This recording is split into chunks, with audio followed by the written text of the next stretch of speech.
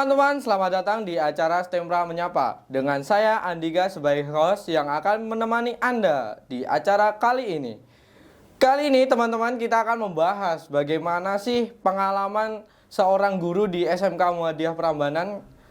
Maka kami, kru dan saya sudah menghadirkan salah satu guru di SMK Muhammadiyah Prambanan, yakni Bapak Tito Buanawaksi. Sebelumnya Assalamualaikum. Waalaikumsalam warahmatullahi wabarakatuh. Bagaimana kabarnya Bapak Tito? Alhamdulillah sehat. Alhamdulillah.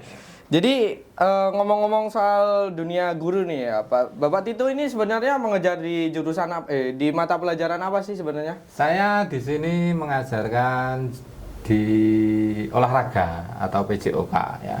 Iya. Mata pelajaran yang banyak diminati oleh siswa ya, karena kalau olahraga itu bisa bebas ya, bisa teriak-teriak yang di kelas itu tidak bisa dilakukan. Jadi di sini saya mengajarkan PJOK atau olahraga. Oh, jadi pantas saja nih Bapak Tito terlihat sehat sama bugar ya? Ya, harus bugar ya. Nah, ngomong-ngomong sudah berapa lama sih Bapak Tito ini mengajar di SMK Muhammadiyah Prambanan? Saya mengajar di SMK Muhammadiyah Prambanan itu sudah sejak tahun 2017, jadi sudah 5 tahun saya mengajar di sini, Mas. Ya, jadi sudah cukup lama ya Pak ya? Cukup lama ya.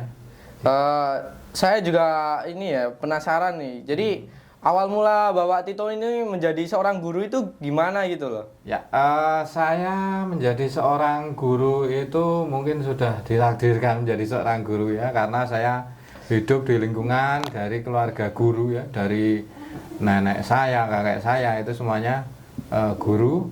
Terus orang tua saya juga guru, om-om saya juga kebanyakan seorang guru. Jadi secara silsilah keluarga saya itu dari keluarga besar guru. Jadi saya memutuskan untuk kuliah di kependidikan, mengambil kependidikan olahraga. Jadi endingnya saya menjadi guru. Jadi olahraga. Ikut arus ya Pak? Ya, ikut arus, arus keluarga. Ya, jadi ikut arus saja gitu ya Pak. Ya.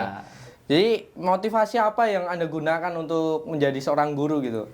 Ya, motivasi saya menjadi seorang guru adalah saya pengen mencerdaskan kehidupan bangsa ya. Jadi untuk di mata pelajaran olahraga sendiri akhir-akhir ini kita sering lihat juga banyak anak yang sudah tidak suka dengan olahraga ya. Iya, benar-benar. Apalagi sejak sekarang ada teknologi ya, ada pula gadget, terus game, sebenarnya game yang dilabeli sport ya. Sebenarnya itu kan cuma permainan, tapi cuma di Indonesia saja yang itu menyebutnya sport. Jadi game-game yang mempengaruhi ya Pak? Iya, itu kan sebenarnya kan sekarang kalau nge-game itu kan anak-anak sampai larut malam, terus lupa waktu sehingga aktivitas untuk jasmaninya kurang.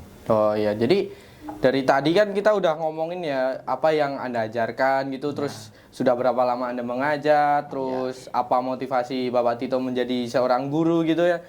Nah sekarang nih kalau boleh tahu itu gimana sih perasaan waktu pertama kali mengajar gitu?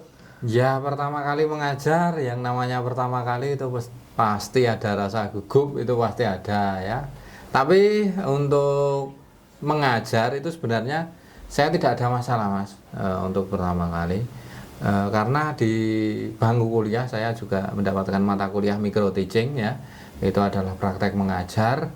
Terus saya juga PPL, itu saya dulu PPL-nya di SMA Negeri Segan, itu selama 3 bulan saya mengajar di sana. Jadi sebenarnya untuk mengatasi masalah pertama kali waktu mengajar itu sebenarnya sudah tidak ada masalah lagi. Yang cuma bedanya saya dulu mengajar di siswa yang separuh cowok, separuh cewek. Tapi kalau di sini kan kebanyakan cowok.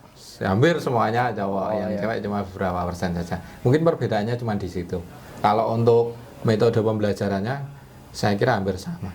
Oh, jadi dari metodenya itu hampir sama ya? Hampir sama. Jadi dari Bapak Tito sendiri ini tidak ada kendala sama sekali ya dalam mengajar? Kendalanya itu kalau untuk sekarang ya cuman seperti yang saya katakan tadi, mungkin ada beberapa anak yang tidak suka pelajaran olahraga ya. Jadi dari siswanya ya Pak ini? Dari siswanya kendalanya seperti itu. Tapi kalau untuk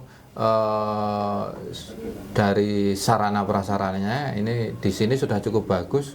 Kita memiliki sport hall, kita memiliki lapangan, terus kita untuk sarana prasarannya sudah cukup. Nah, yang perlu dibangun adalah motivasi siswa untuk aktivitas jasmaninya ini yang masih belum. Jadi sudah beberapa 75% itu sudah bagus, sudah ikut dengan bagus, mengikuti dengan bagus, bahkan ada yang sampai kurang-kurang jam sampai minta di ekstra itu beberapa kali diikuti. Tapi ada sekitar 20-25% ini yang masih mager, anak-anaknya mager ya. Jadi ini bahaya sebenarnya buat anak ini ya, karena kita dalam beraktivitas sehari-hari itu membutuhkan aktivitas fisik yang bagus, kebugaran yang bagus, sehingga kalau anak tersebut aktivitas jasmaninya kurang, ini sebenarnya bahaya untuk anak tersebut, malah bisa menimbulkan penyakit. Obesitas itu kan sebenarnya kan juga dipengaruhi karena kurang gerak itu. Jadi kendalanya dari siswanya sendiri ya? Kendalanya sebenarnya dari siswa. Kalau untuk yang lainnya saya kira sudah cukup bagus. Oh ya, lalu ngomong-ngomong soal SMK Muhammadiyah Prambanan nih, bagaimana sih pendapat Bapak Tito tentang manajemen atau sistem di SMK Muhammadiyah Prambanan ini? Nah, untuk manajemen di SMK Muhammadiyah Prambanan ini sudah cukup bagus ya. Jadi pembagian jam, terus beban ajar guru itu semuanya sudah bagus.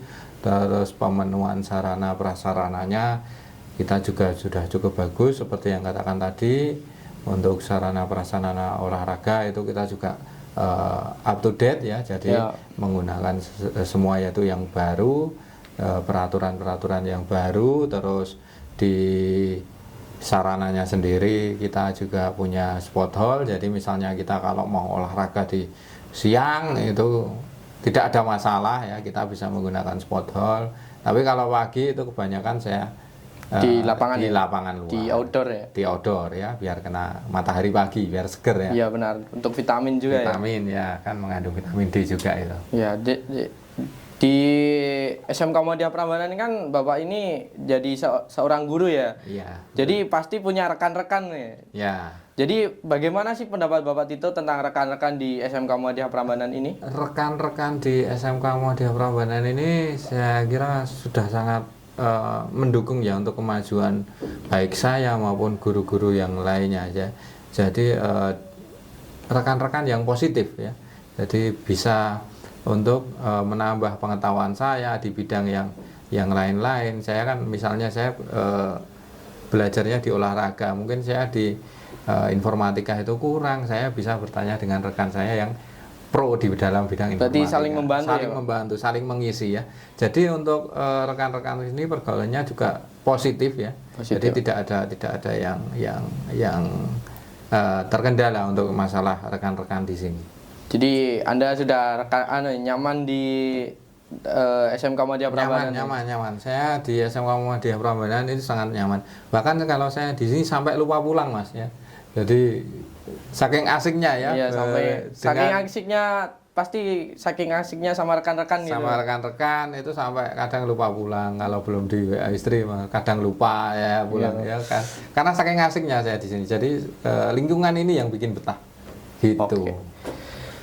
Mungkin kesimpulannya sih di SMK Muhammadiyah Prambanan ini selain asik juga menyenangkan juga, dan tempatnya itu juga pasti nyaman ya Pak ya. Betul sekali ya. Ya, jadi mungkin dari Bapak Tito ada yang bisa ada yang mau Anda sampaikan? Ya, yang mau saya sampaikan singkat saja kepada semua para siswa, baik itu yang ada di SMK Muhammadiyah Prambanan ataupun yang di luar. Ini jangan lupa berolahraga ya, jaga kebugaran jasmaninya. Salam olahraga, jaya. Salam olahraga.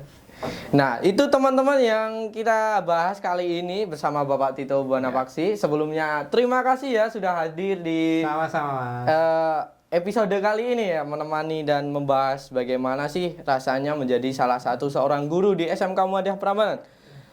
Saya Andika mengucapkan terima kasih, sampai jumpa di episode selanjutnya. Terima kasih.